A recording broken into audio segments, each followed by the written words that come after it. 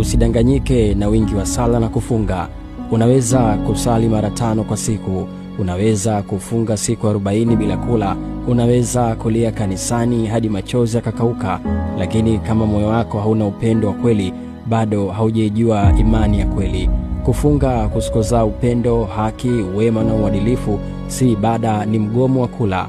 Imani haipimwi kwa sauti yako mbele za Mungu, inapimwa kwa matendo yako mbele za wanadamu. Unawezaje kusema unampenda Mungu usimuona, huku ukimchukia ndugu yako unayemuona kila siku? Unawezaje kuomba rehema lakini wewe hauna huruma? Unawezaje kuhubiri msamaha lakini moyoni umejaa chuki?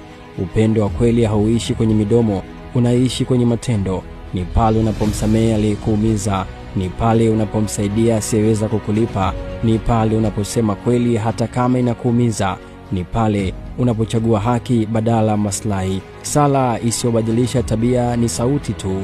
Imani isiyoonekana kwa matendo imekufa.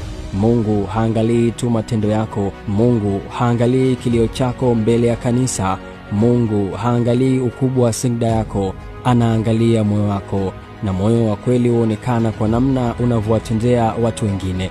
Leo hebu jiulize, je, imani yangu inaishi kwenye matendo au imebaki kwenye maneno tu na kujigamba mimi ni dini fulani, dini yangu ni ya kweli, dini yangu ni ya haki, dini yangu ndio ya peponi, dini yangu hivi, dini yangu vile?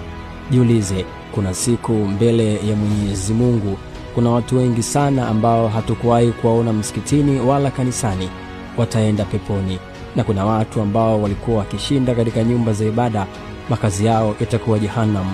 Siku inafika, unafiki wote utakuwa bayana.